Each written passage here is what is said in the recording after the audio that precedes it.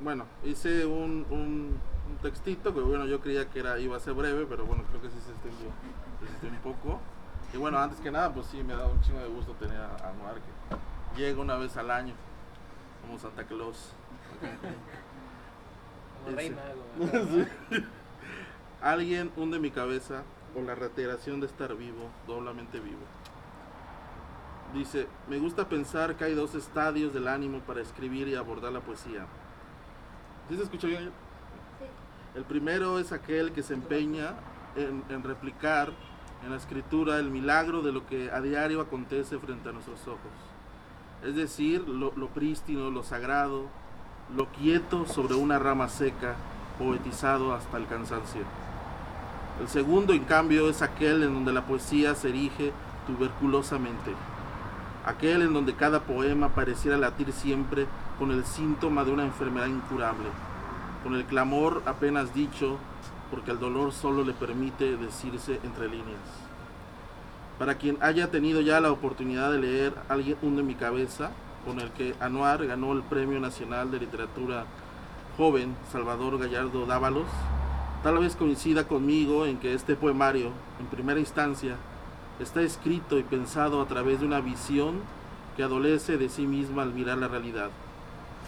Esto, por supuesto, no es ninguna oración peyorativa, sino solo un inocente señalamiento hacia el salvoconducto por donde nuestro autor construyó una obra que gira en torno a la enfermedad, a la imperfección natural que conlleva ser humano, al dolor inherente al acto mismo de crecer. En esta parte me es difícil hacer de lado mis filias poéticas para decir que antes que cualquier otra cosa, en este libro Anuar se sacude el discurso hilarante y la vivacidad experimental que mostró en Memoria de Gabush, para revelarnos hoy una poesía más madura que en nada se parece a aquella tímidamente sabiniana, con sombrero y guayabera, que blandía su espada en sus primeros plaquetes. Él mismo lo dice, ¿no? Confiésame. Pero ahora bien, y ya entrando en materia, ¿qué hace de Alguien hunde mi cabeza el segundo libro de una obra que a mi parecer es ya una de las más singulares de la poesía de la península yucateca? ¿De qué nos habla pues este volumen que comienza con el epígrafe lapidario y certero de Sergio Ló, tomado de Operación a un cuerpo enfermo? Pero estar enfermo, cito, no es la reiteración de estar vivo, doblemente vivo. No es para nada un disparate decir que en la primera sección de un libro debe de estar el concentrado de temas que se van a explotar a posteriori. Por ello, podría mencionar de entrada el puñado de poemas de la primera sección, Medicina Familiar, el cual se compone de una serie de textos que rondan la autobiografía y que a su vez va construyendo un testimonio poliédrico que da cuenta del contacto que en todo momento se tiene con la enfermedad. Es a partir de este eje cuando Anuar, o el poeta pues, no solo aborda las texturas del dolor, o acaso hay que decir de la descomposición que experimenta el cuerpo a manera que crece y se aproxima a la muerte, sino también la imperfección física o la deformidad natural, esta última como síntoma de aquello que ha sufrido una perturbación genética y que el mundo ve con desprecio y distancia, como quien observa las fotografías de Diana Arbus, aquellas que muestran a personajes de circo o enfermos mentales, en un ejercicio que pareciera escudriñar más allá de esas raras avis. Cito, freno de caballo, dicen mamá, papá, el dentista se llama maldición, aúlla, no se detiene, mordisco de lobo, carcajada y cromosoma, imperfecto, me dice nacido desigual, no se detiene, me digo, esta locomotora de encías rotas desfilando mi cabeza. Así nos dice Dentadura Equina, poema a través del cual un niño nos habla sobre las burlas o el escarnio que padece en su escuela por su dentadura al parecer prominente. Esta experiencia parece decirnos, el poeta produce a la larga otra modalidad de la enfermedad, aquella que es producida por el factor social y que transforma inevitablemente la llamada pureza o inocencia con la que nacemos todos. A su vez, en este apartado destacan poemas más claramente autobiográficos, como Mi madre tiene los clavos más hermosos del mundo, que es el poema favorito de aquel señor, o uno de los que para mí es uno de mis favoritos del libro, Se niega a morir, en el cual nuestro autor pareciera mostrarnos la fragilidad del cuerpo, su relación ineludible con la enfermedad y la zozobra, pero también su a veces milagrosa capacidad de resistencia. Cito: Hidra perfecta vuelve y empuja contra la tierra su cuerpo, obstinada raíz que levanta al cielo una y otra vez la parvada verde y el ramal de la corteza. ¿Por qué tus vértebras, madre, no resilien como las plantas? Esto se va a maximizar en la sección Oncología del Caos, un poema seriado que por momentos me recordó el tono elegíaco de Mitya Chofi y sobre todo de algo sobre la muerte del mayor Sabines, del célebre poeta chiapaneco.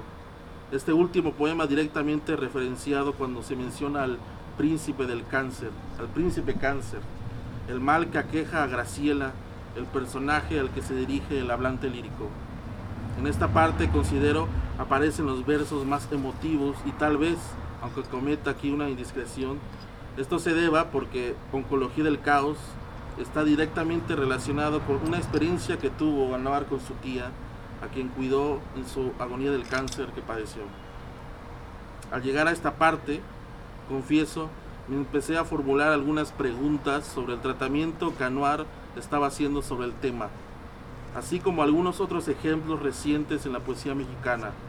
Me fue por ello difícil no recordar a los ya citados, Sergio Low, Sabines, Temperley, sino de igual forma a otros poetas jóvenes como Daniel Miranda Terrés, quien publicara hace algunos años el libro de la enfermedad, así también a Óscar David López y su farmacotopía, y a Daniela Camacho y su carcinoma.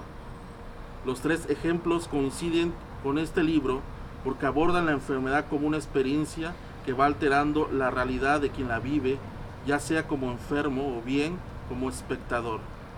Fuera de este tratamiento, cualquier testimonio o abordaje estrictamente hecho desde el lenguaje parecería al instante artificial, un montaje de sombras. En uno de los fragmentos que componen este segmento aparecen los versos: esta agonía solo puede ser pensada en singular. Es con esta visión con que Anuar aborda Alguien hunde mi cabeza, modelando los aspectos de su tema y extrayendo de él una visión panorámica del fenómeno de la enfermedad y sus formas de manifestarse, pero siempre cantada a partir de una experiencia cercana desde un yo vedado por el ángulo de su focalización. De esta forma, en las tres secciones restantes, el poeta extiende la palestra temática y nos muestra en la sección Cotidiano Cero una serie de poemas en donde el personaje parecía ser como un Bartleby incrustado en el tedio de la más absoluta de las rutinas. Hay en su fraseo el ánimo de una contemplación cansada, la mirada de un enfermo que lucha contra una enfermedad ósea que lleva a cuestas y con la que tiene que lidiar en su andar por el mundo. Cito aquí unos versos, me gustaron mucho esa sección. No tengo palabras para salir de cama, y sin embargo, el mundo se levanta una vez más y marcha. Confieso que en esta serie reconocí al Anuar que me tocó ver viviendo en un estudio en la Ciudad de México. Esa atmósfera parecía la misma que inunda los paisajes verbales de su última sección, El demonio de Orton, en donde habitan personajes que bien podrían ser los que se retratan en Fagia, su penúltima, que son seres con desórdenes alimenticios que hunden sus cabezas en lo más bajo, en el mundo fecal. En estas dos últimas secciones, es donde la poesía de Anuar cobra otros vuelos y otras tesituras. No es muy aventurado decir que en poemas como Belcug, Fraga Villanela y otros, reconocí tras bambalinas la poesía combatiente, subversiva y rupturista de Abigail Bojorquez, aportándole a estos poemas otro talante y otra actitud poética. Cito unos: a ti, velcro, he de cantar, mi entresijo cerrazón, mi maniático llantar, todo eres pegar sin par, en tu entraña no hay jirón, a ti, velcro, he de cantar. Para finalizar este texto, que pensaba iba a ser breve, quiero destacar la sensación que me dejó El demonio de Orton, un apartado que me hizo recordar a la atmósfera infernal y asfixiante de La montaña mágica de Thomas Mann, novela en donde la tuberculosis juega el papel de metáfora de otros malestares del individuo y de la sociedad y de las amenazas que pesan entre sí. Pero también, y en esto vuelvo al libro de Anouar, la enfermedad como ente, como producto demoníaco, como se creía en la antigüedad, la enfermedad per se como entidad independiente, no ligada a la percepción individual. Como he dicho anteriormente, Alguien hunde mi cabeza modela todo su espectro temático, pero sobre todo demuestra, como creía Virginia Woolf, que los enfermos son los que saben ver mejor el cielo. Solo el enfermo, creía, está en una especie de estado de gracia poética, ese estado del ánimo que es en sí mismo un reflejo de la propia visión poética del mundo, de su inclinación melancólica, de su agudez perceptiva que sale a flote a través del dolor. Es decir, como diría el verso de Sergio Lo, como una reiteración de estar vivo, doblemente vivo. Gracias. A todos. Primero que nada, pues agradecer nuevamente a David el espacio de permitirme presentar Alguien hunde mi cabello, Alguien hunde mi cabeza, que es un libro con el que yo tuve contacto en realidad hace unos días. No había leído, había leído algunos fragmentos, me parece, pero no había leído el libro en su enteridad. Y pues bueno, es la primera vez que presento un libro, al igual que Sofía, entonces más que igual de construirlo y más que verlo desde un punto de vista más de crítica literaria, quiero compartir un poco más acerca de la experiencia poética que fue para mí Alguien hunde mi cabeza, porque considero que es un libro que, bueno, como ya dijo Mesa con sus palabras hace un momento, es un libro que yo siento que sí marca un nuevo comienzo en la escritura de David, ¿no? Empezando por que, a pesar de la seriedad de la emoción, yo diría una visión casi como pesimista de estar vivo, ¿no? Que se siente, ¿no? Este constante dolor de estar vivo y saber que, o no saber, ¿no? Que te estás muriendo, ¿no? Algo muy trágico, es un sentimiento muy trágico que siento que permea a lo largo de los textos y pues como menciona Íñiguez, ¿no? Que se nota que está pues alimentado, nutrido de experiencias personales, ¿no? Que se dejan entrever, pero de una manera pues siempre con mucha maestría, ¿no? Para que funcione dentro del texto esa experiencia personal, siempre como trasladada al texto de una manera pues muy inteligente, muy creativa, muy fresca. Creo que este libro es lo más fresco que he leído de David hasta ahora, en términos formales, en recursos poéticos, pero también siento que te divertiste mucho haciéndolo, y ya me corregirás tú ahorita cuando pues retroalimentes nuestros comentarios, pero bueno, yo que tuve la oportunidad de leer también Memoria de Gabuch hace un tiempo, siento que es un libro como muchísimo más como hacia un compromiso pues mucho más, ¿cómo lo puedo explicar?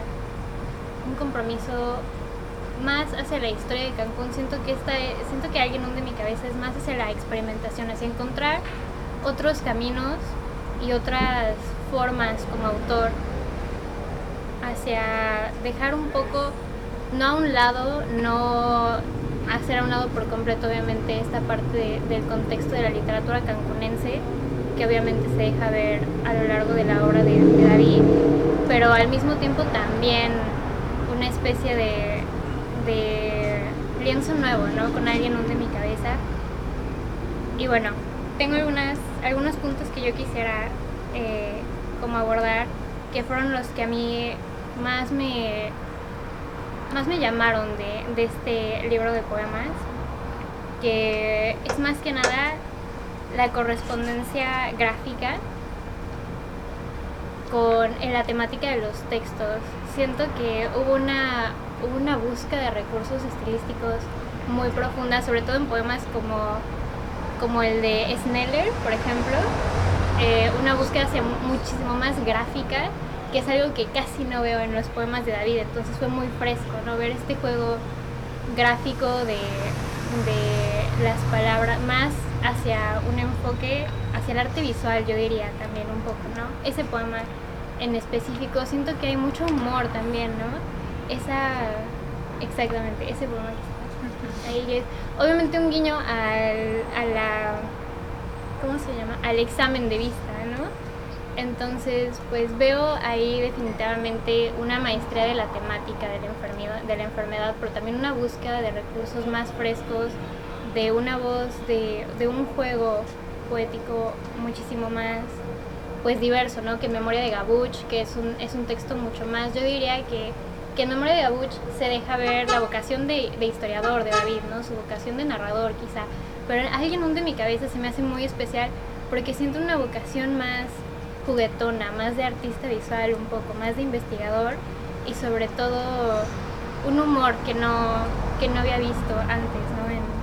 En la poética de David, que se me hizo súper interesante, y sobre todo también un poco su formación ya como dramaturgo, esta cuestión de crear ambientes con las palabras, o a partir de las palabras, escenarios a partir de las palabras. Siento que se siente demasiado en este libro. Por ejemplo, pienso ahorita en la locomotora de Encías, ¿no? Se me hace algo como una imagen que se me quedó mucho desde la primera vez que abrí el libro, por toda esta cuestión más estridentista, ¿no? Más hacia la mecanicidad de la ciudad y del cuerpo. Y siento que es lo que hace realmente interesante como un nuevo libro de David para los que pues seguimos su obra desde hace un tiempo, ¿no? Es un David nuevo, es un David fresco que me da mucho gusto poder leer, y creo también por las cosas que he leído que aún no se han publicado, que este camino pues simplemente, este es el comienzo, ¿no? de una nueva etapa en su poética, que yo pronostico venir. Entonces, pues más que nada eso, creo que al igual que Memoria de Gabuch, este es un libro pues necesario para la poesía cancunense, sobre todo porque pues bueno, se integra quizá en una como inquietud muy contemporánea del cuerpo que veo, no sé, por ejemplo, pienso en Nick Tetowski, ¿no? En Errata, ¿no? En Elisa Díaz Castelo, ¿no? En textos que tratan acerca de la corporeidad y más hacia esta introspección, ¿no? Textos más introspectivos de la literatura joven, y al mismo tiempo pues nada, como la integración de las vocaciones tanto de dramaturgo como de narrador, y un poco veo también esta incursión hacia la parte visual, hacia la parte, no sé, lo sentí como una especie de collage que pretendía como hacer bocetos de la enfermedad como desde diferentes partes, y en ese sentido es una lectura que disfruté mucho, y que al mismo tiempo siento que esta es una parte muy importante para mí, porque siento que David es una persona que siempre su compromiso con la poesía es llevarla, realmente comunicarla con más personas, hacer que la poesía, sobre todo en Cancún, pues se siga extendiendo, ¿no? Y en ese sentido este libro es un libro que es fácil de leer, te atrapa muy rápido, tiene recursos estilísticos variados, entonces es pues muy, o sea, no te deja colgando, pues, ¿no? Siento que este es un libro que se acerca más a la gente que quizá pues no está tan al tanto del mundo poético cancunense en general, sino como para acercarlos y ver de qué se está tratando, ¿no? Entonces por esa razón Alien inunda mi cabeza me parece un libro pues necesario y muy interesante y pues merecedor, ¿no? Del galardón que recibió. Y pues nada. Comentarios, ¿no? Voy a comenzar con Sara. Yo siempre he dicho que uno encuentra su voz y la construye, ¿no? Pero también uno tiene que llegar a un punto donde haga la paz con lo que uno es. Estuve yo un tiempo, fui becario de la Fundación para las Letras Mexicanas, tuve esa fortuna. Estuve 2 años en la Ciudad de México viviendo y escribiendo. Y ahí tenía una amiga que se llama Fernanda Bada. Ella es dramaturga. Ella es dramaturga y escribe comedias, ¿no? Y es una mujer súper cómica, ¿no? Su existencia es cómica. Y naturalmente le salen las comedias. Yo algunas veces he tratado de escribir, ¿no? Con ese tono, más pendiente a hacerlo cómico y no puedo. soy un fracaso, ¿no? Haciéndolo. He tenido que aceptar a lo largo de los años que mi temperamento no es cómico, más bien es trágico, ¿no? Mi temperamento, mi carácter es bastante trágico. Y yo sabía que al tratar el tema de la enfermedad, pues el lugar común, digamos, a nivel tonal, sería escribirlo en un tono menor, ¿no? O sea, hablando musicalmente, los tonos menores siempre se asocian a la muerte, a la enfermedad, a estas sensaciones negativas. Entonces para mí fue un gran problema cuando comencé a escribir este libro, porque dije, no quiero caer en ese lugar común, ¿no? El lugar común de hablar de la enfermedad es luego pues llevarlo a ese temperamento trágico. Pero me fue muy difícil porque yo mismo tendía naturalmente hacia ese lado. Entonces algo que intenté hacer en el libro fue no renunciar a lo que yo soy, no renunciar a ese temperamento trágico que está por todos lados, ¿no? O sea, por ejemplo, El demonio de Horton me parece que es el poema más trágico de este poemario, ¿no? El más trágico y el más doloroso, ¿no? Yo diría que en términos poéticos, cuando uno lo lee en voz alta, es el poema más doloroso del conjunto. Hay otros poemas que también son bastante dolorosos, pero digamos que para mí ese es el hundimiento. Pero traté a lo largo del libro de poner algunos guiños de lo que Sara ahora comentaba, ¿no? Como este registro más cómico, más lúdico, un poco para tratar de contrapuntear lo trágico, ¿no? O sea, aun cuando uno está enfermo, no todo es tragedia. Hay cosas bellas que uno puede encontrar en la enfermedad. Entonces, hay gracias, pues, ¿no? En medio de las enfermedades, por más fatales y por más horribles que sean. Entonces, bueno, fue algo de lo que ensayé o lo intenté en este libro, meter ciertas guiños a esos poemas un poco más cómicos, ¿no? Aunque también acaben siendo terribles en cierta forma. Les voy a dar un ejemplo. Sapuerto, ¿no? Sapuerto, que es el segundo poema del libro. Pues bueno, lo van a escuchar ahora, es un poco divertido, pero en el fondo también es trágico, ¿no? O sea, la comedia muchas veces también sirve para decir cosas muy incómodas, ¿no? Uno se va riendo, pero al mismo tiempo te van metiendo la navaja por abajo. Sapuerto. A mi costado el polvo, las risas del patio y no sé más de mí. Tengo el ojo lleno de sangre. Al cabo de los días, regreso a la escuela con gavilla en mis zapatos. Un mar de cuchicheos embravece el horizonte. Me desplomo sin caer. Hola tuerto, me dicen. Sapo tuerto, me llaman. Sapuerto canturrean. El colegio entero croa, me diluvia y yo salto en el recreo. De gota en gota mi nuevo nombre me recroa en lo viscoso de las ancas. Bueno, pues ahí tenemos a ese pobre niño que está sufriendo cierto bullying, ¿no?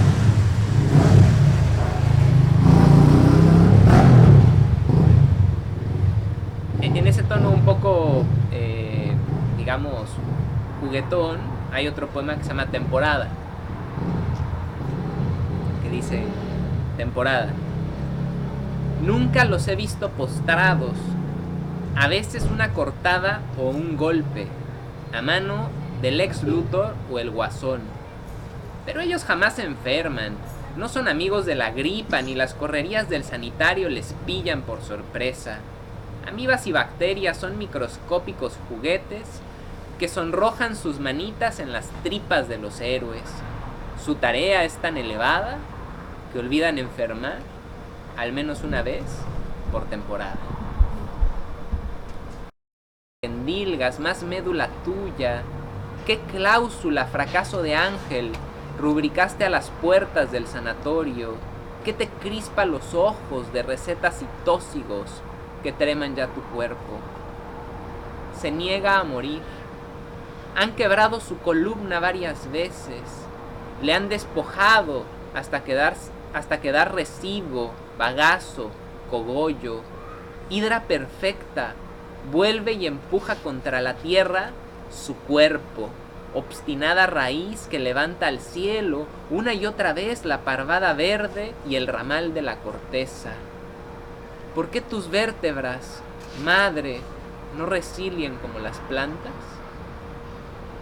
Y el que dice Íñiguez que es mi poema favorito, que sí es mi poema favorito del libro, hay muchos poemas en realidad que me gustan de este libro, pero sí, creo que este es el que más me gusta.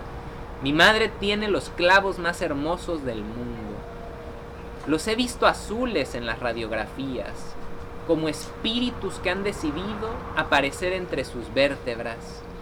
Quisiera saber la tibieza de su metal fantasma, acariciar con mis dedos la columna y recuperar mi fe en los rayos X y los médicos. En la espectrografía, los clavos ya son parte de su alma. La sostienen, la fijan a su sitio, le devuelven el equilibrio entre lo óseo, la carne y mis nervios. Seguridad de los seguros. Entonces, lo leo, ¿no? La salubridad de los seguros, que eso además es todo un ciclo de poemas. Entonces yo creo que lo voy a leer todo ese ciclo, que son un ciclo de 4 poemas que dediqué a mi madre, que está aquí presente, lo voy a leer. La salubridad de los seguros. Entre bits y tomas eléctricas, teclean los huesos de sus clientes, capturan mitocondrias, juegan a la deriva de las pólizas, mandan correos. Todo está bien, dicen. La operación será cubierta. Las minúsculas, dicen. Imprimen formol y ácido ribonucleico. Hurgan entre apostillas la negación de vértebras y jugos gástricos. No aplica, dicen ahora. Tienden la mano y los papeles entre rúbricas y matasellos.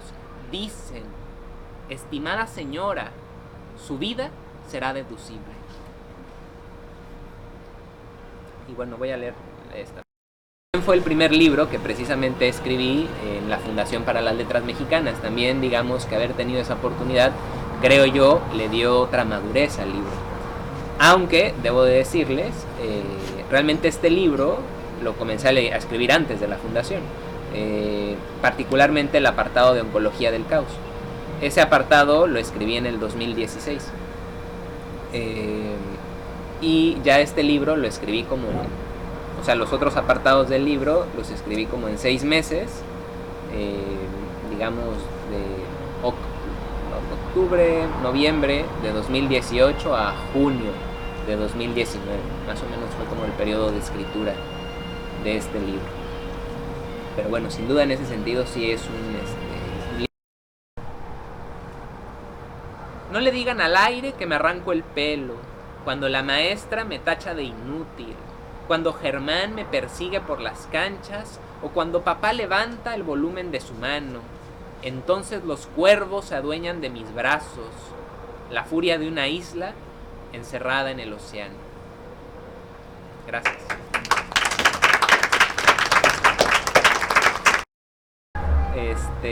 No sé, ¿alguna petición en realidad? Les preguntaría si hay alguna petición de poema. O yo leo lo que quiera. Petición, mesa. Cotidiano cero.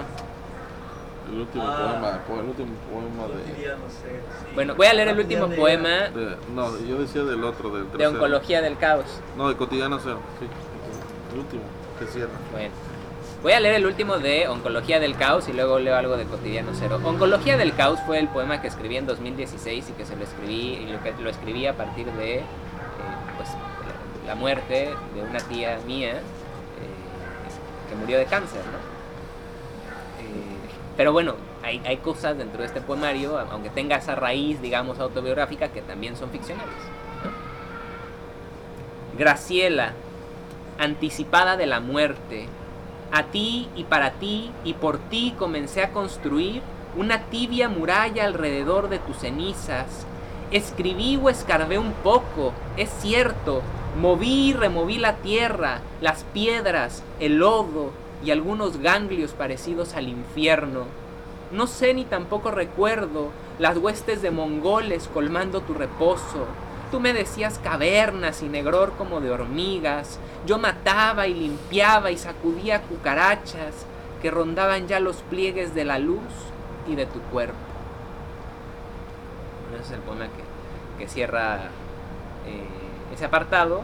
Y bueno, ¿quieren que lea algo de Cotidiano Cero? ¿Algún fragmento en específico? El último, dices tú.